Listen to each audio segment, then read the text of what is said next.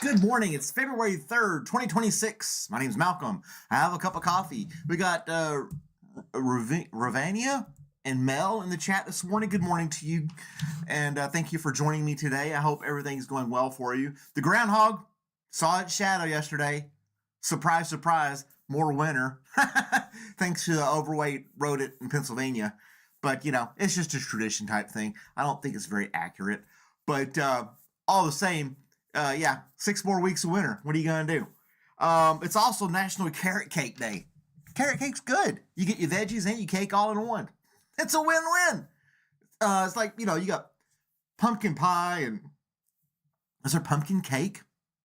I don't see why there couldn't be pumpkin cake. But there's carrot cake. I like it. I like carrot cake. I like the... It's... You don't really taste... I mean, you do taste the carrot, but it's just kind of like, I don't know. But carrot cake's good. It's good stuff, and it's National Carrot. If you can find it, you should treat yourself. Treat yourself to a slice of carrot. I don't make it. I don't do cakes. I make bread and things like that. I make cornbread, regular loaf bread, flatbread, stuff like that. Basic stuff, real easy stuff. It's not hard to do, and it doesn't have all that crazy ingredients that you get at the store. I've got a loaf of French bread that's been in the fridge for 2 weeks, not a spot of mold on it anywhere. But my homemade bread, 5 days, and you got to eat it within 5 days. It's going to start growing because it doesn't have all those preservatives and garbage in it. So, and you've seen those videos where people get the loaf of bread from the store and they squish it and it just pops back out to its original shape. That's creepy. I don't know what's in that. You're eating sponge cake. That's not bread. Those are sponges. But yeah. They got J Twist in this morning. Good morning to you. Thanks for joining us. Thanks for joining me in this day. It's supposed to get like 50-something degrees today. Love it. I like it. The snow and ice is melted for the most part. My backyard doesn't have a lot of grass, so it's a lot of mud. But hasn't fazed my dog. Robert still loves it. It's cold outside. He stays out at night now. He just loves it. He's got a pet door. He can come in when he wants. Yeah, the bread, the refrigerator molds. But 2 weeks? 2 weeks. That's a long damn time for a loaf of bread. I hadn't touched it. I just had no desire for it. But yeah, there's Ramesh. Good morning, Ramesh! Our friend from India. Thank you for joining us. Such a rare occasion to have Ramesh on here. Used to be every day, and he professes love for all the chat members. But now he shows up once every couple of weeks. But we're glad to have him all the same. How's it going, Ramesh? How's our forecast for today going to turn out since you're in the future? Let us know what it's going to be like today. Hopefully it's going to be good. Hope it's going to be good. I know he made it. Micro like a podcast, man. I'm not sure what you mean, Ramesh. That's all I'm saying. That's fine. No worries. Who's going to watch the Super Bowl? It's going to be the Seattle Seahawks and the New England Patriots. I don't know. I haven't watched a single bit of football all year long. I really don't watch it much at all anymore. But there's a lot of controversy about the halftime show and some stuff like that I saw online. Today's a 10 out of 10 day. Awesome. Thanks, Ramesh. But in 2002, the New England Patriots won their first Super Bowl title. And they were playing against St. Louis Rams. You know, so that was the first Super Bowl after the 9/11 attacks. I was reading a little bit about that. A lot of people there. They did the flyovers. They had extra. The president flipped the coin at halftime, which has never been done before. Had huge music venue. All these people showing up doing stuff. It was really a spectacular Super Bowl. I think they're kind of garbage now. I really do. And it's. I think they made it too political. The halftime is too political. It used to be just, hey, good music, having fun, you watch the game, got some good entertainment in the middle, you see some, stuff, and great commercials. The commercials are garbage now, too. All that Super Bowl stuff, yeah, it's all political now, and they want to send this message, and, it's fine to a point, but you're, like, hammering down, I don't know. I think it should just be sing your songs that you're famous for, go go out there and put on a good show with the fireworks and stuff like that on the songs that everybody loves you for, and then go about your business. I don't know. They do that at concerts and stuff now. You'll see them when they start the concert. Like, I just want to say this one thing before we get started. And you're like, okay. When are you going to sing your song? That'd be that guy like, all right, keep going. We're ready.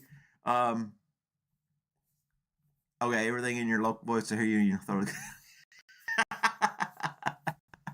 Hopefully the Patriots don't deflate the balls again. Yeah, that was crazy, wasn't it?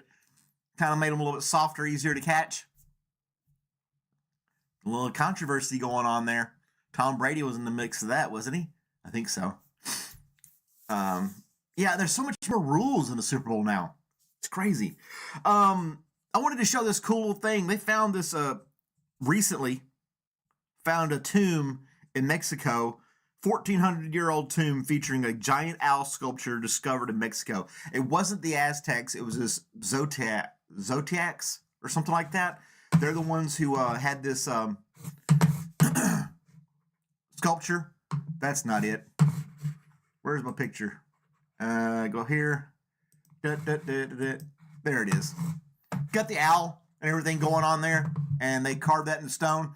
But here's the intricate part. They carved a face inside the mouth of the owl. Stone carving. When you got slave labor, I guess you could carve up whatever you want, make up monuments all over the place. Or believe that whoever's the ruler is a god, and that you'll be punished for not, yeah. So there's that. But I thought that was kind of cool looking. With a face carved in there like that. That's wild to me. I think that's kind of wild. Let me get my stuff back up here, get the chat going again. It's weird but cool. Yeah, the face inside the owl. Something about the owls they liked. And, that took some time to carve. It's not like they did it over a weekend. Probably a few years. So something happened. The leader was like, that owl spoke to me. And then years later, they finally got it carved. So, yeah. But how they moved those giant stones back then, again, there's a lot of speculation. I should say not controversy, but speculation on that. Oh, yeah, the sub count still keeps rising. That's right. We're growing as a channel. Had some people join in, said something that's like, I don't know why your stuff came up on my feed, but I watched it. I liked it. So, hey, that's cool. Word's getting out a little bit. I like it. I really like it. And I thank you all, again, a million times over. Tune in and listen to me chatter and yap about random stuff that I find on the internet. I know. Moving on up. Well, I just broke 17,000. So, on the way to 18. But, thanks, Rama. See, there he goes, professing his love for us all.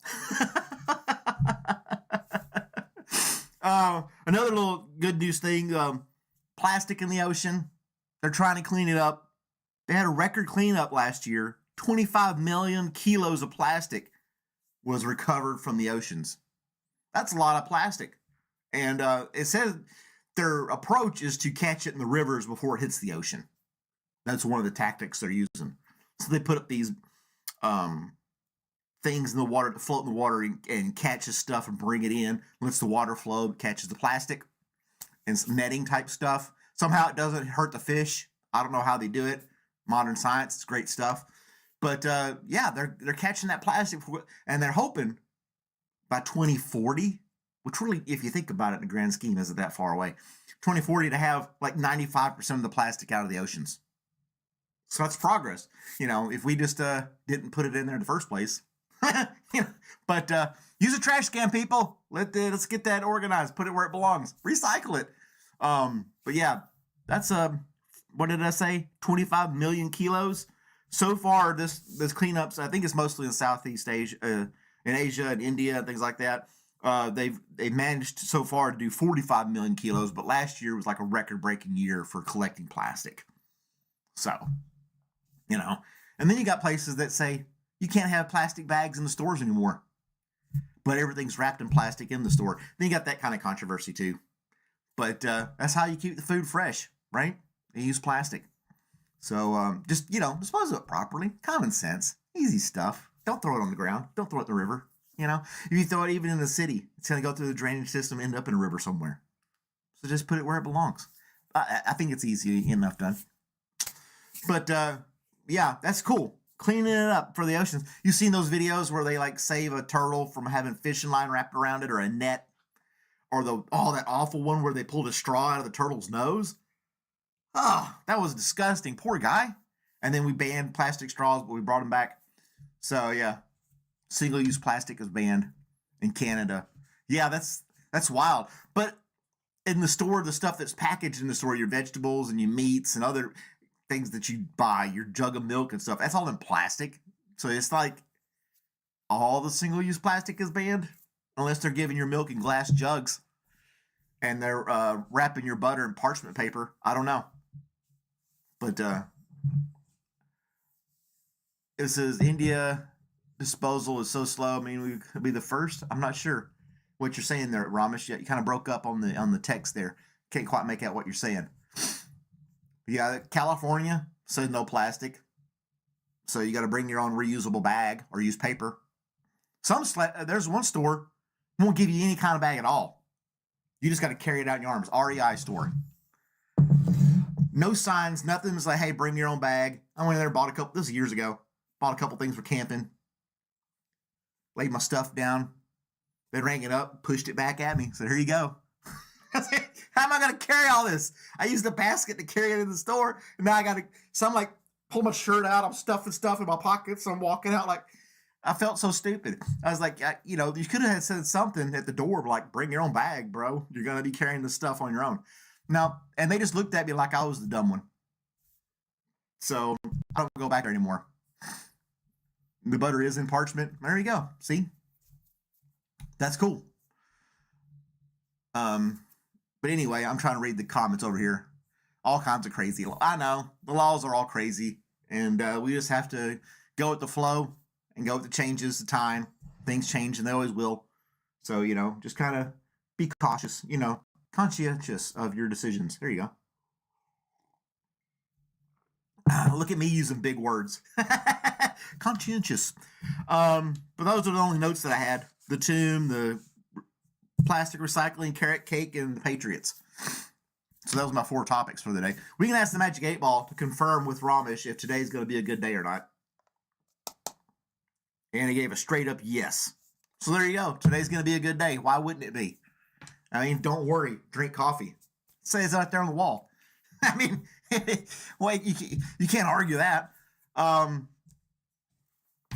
Planting trees is a scam. Well, they plant trees like crops. So they cut down a bunch of trees, they put saplings in its place, and they come back 20 years and they repeat the process to make paper and cardboard and all the other stuff they do with wood lumber and things like that. So I don't think planting trees is a scam. I don't understand that one. Loki, why would that be a scam? I don't know. I've got my, I'm going to be putting a little video together, my indoor greenhouse. I'm going to be planting stuff this spring and summer in my little gardens. And I'll keep you guys posted on that kind of stuff, my progress with that. So yeah, I like planting little stuff, little bushes and things like that for the birds and whatnot. I plan on doing some of that. It's all one type of tree. It is true. Not enough grasslands. Well, I mean, it's a mix. Plenty of land in Texas. There you go. See, send your grass-loving animals down to Texas. But a lot of it's, desert land almost like, right? Desolate. Meadows in short supply. Yeah.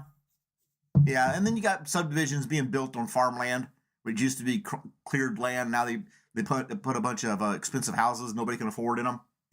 Things like that, which I think is kind of silly. I know, developers want to make money. I get it. They buy this land for dirt cheap. They build up all these neighborhoods and they just cash in.